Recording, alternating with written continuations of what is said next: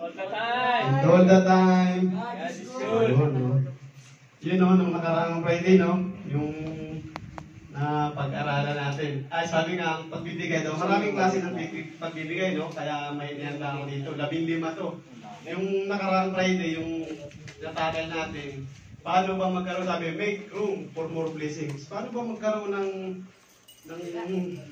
sabi nga, ano ba yung kamalig para sa paparting ng biyaya, ano? Pinag-aralan natin. Kailangan daw po natin, marami pong klase ng pagbibigay sa Panginoon, yung ialay mo yung sarili mo, marami po. Isa na po doon yung pagbibigay po ng ating love offering, ng tithes. Yun po ay isang investment. Nag-invest po tayo sa Panginoon para po sa paparating na biyaya, para sa ating pong future. Ano ba yung future na ini-invest na natin?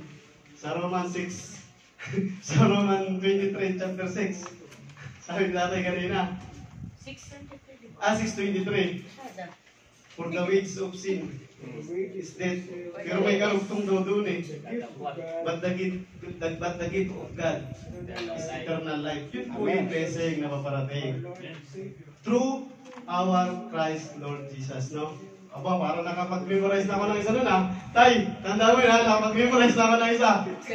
Exempted na yata ako next Friday, no? Yun po yung pinaghahandaan natin na future. Yun yung nakatalakay natin ng nakaraang Friday, no? Mag-invest po tayo through tithes and giving para po sa paparating na biyaya, eternal life, no?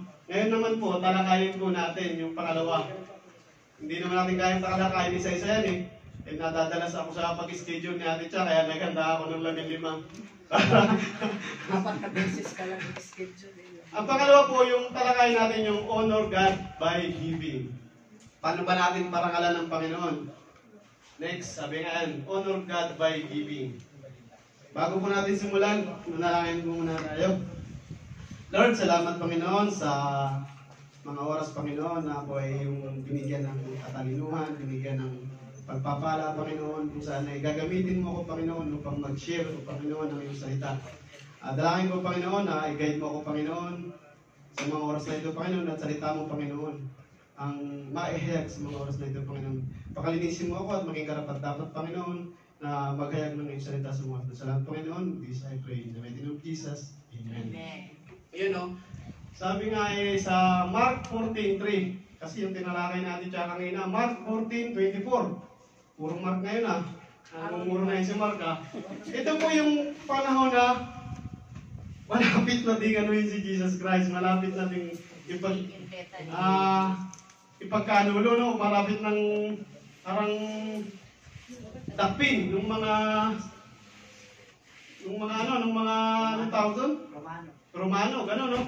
Sabi dito sa Mark 14:3, in being in Bethany, in the house of Simon, the leper, as he sat at meat, there came woman having alabaster box of ointment of spikenard, very precious.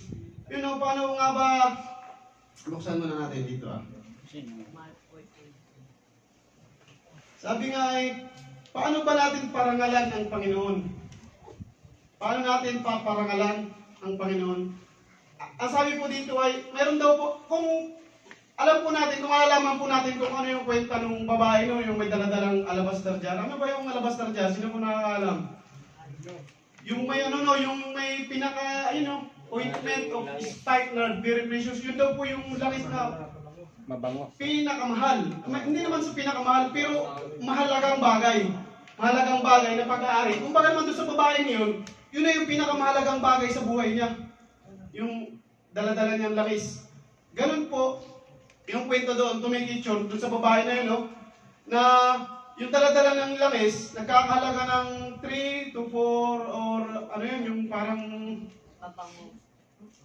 ang halaga, ang isang, yung isang denaryo.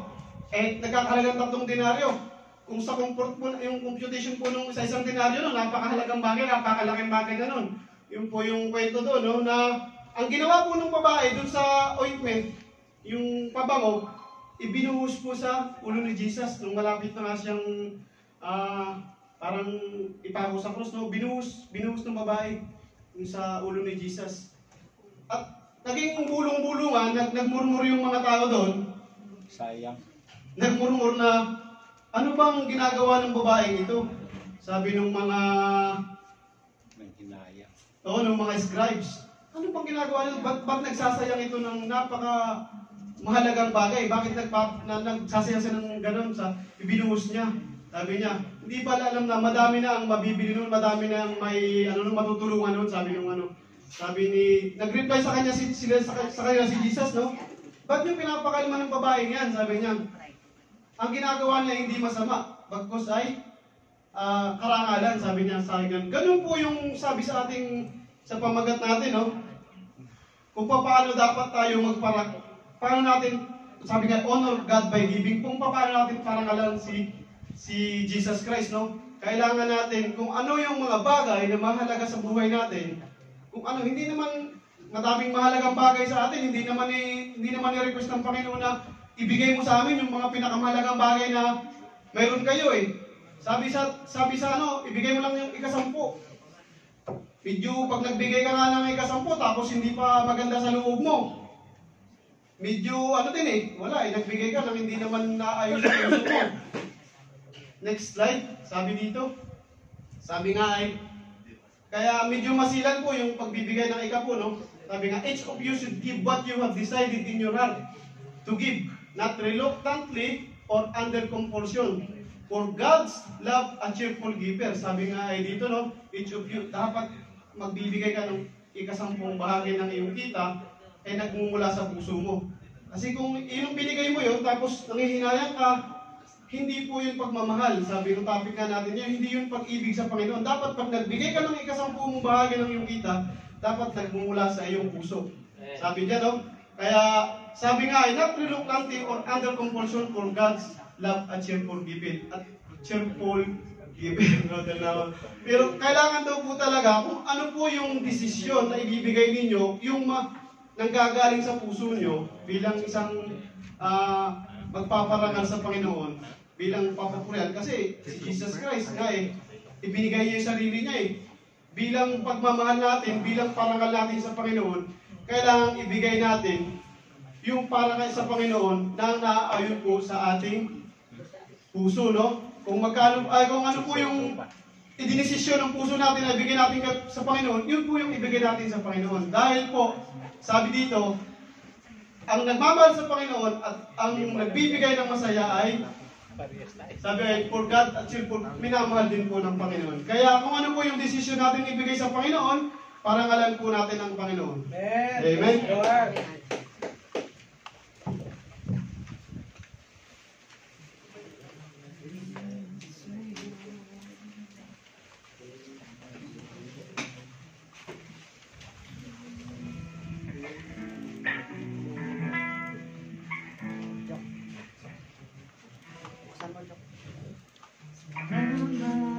Sa iyo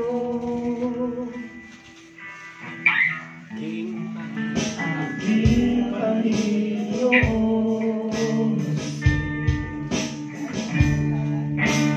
ako'y ibig mo,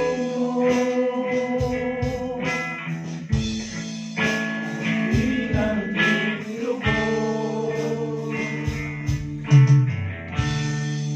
Ay, kahit ko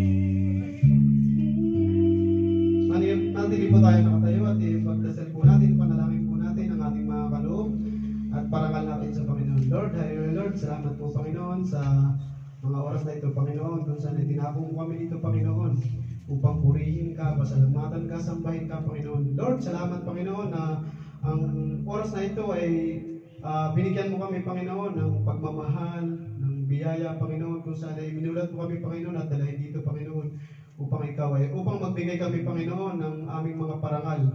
Hindi man ito, Panginoon, sapat, nararapat, Panginoon, ito po, Panginoon, yung aming bukal sa puso, Panginoon, na aming ikaloob, Panginoon, na may bibigay at ipagpapasalamat namin, Panginoon, na kami yung binigyan ng panibagong umaga, araw, oras, Panginoon, sa araw na ito, Panginoon. Lord, salamat, Panginoon, sa mga kapatiran, Panginoon, na patuloy na nandyan, Panginoon, sumusuporta, Panginoon, sa bahay pa ng bahay ito, Panginoon, na kung saan ay ginagamit mo upang maghayag ng iyong mga salita, Panginoon, upang mailapit, Panginoon, sa iyong presensya, Panginoon. Alam namin, Panginoon, ang perang ito, Panginoon, ay magagamit sa iyong papurihan, Panginoon, upang patuloy na maihayag, Panginoon, ang iyong salita at makalapit kami sa iyong kaharian, Panginoon. Salamat, Panginoon, sa mga kapatiran, sa aming trabaho na nagiging extension, Panginoon, ng iyong bayaya, Panginoon. Dalangin ko, Panginoon, na ito ay iyong lalong bigyan, Panginoon, ng customers, Panginoon, anuman po, Panginoon, yung mga trabaho namin, Panginoon. Dalangin ko na ito ay patuloy na biyaya at blessing, Panginoon, sa aming mga kumpanya, Panginoon. Salamat, Panginoon, sa mga oras na ito, Panginoon, sa mga kapatid, Panginoon. Patuloy lang po, Panginoon, na patuloy ka namin pasasalamatan at pupurihin sa mga oras na ito. Magamit ito, Panginoon, sa iyong papurihan. Salamat po, in Jesus' name. Amen.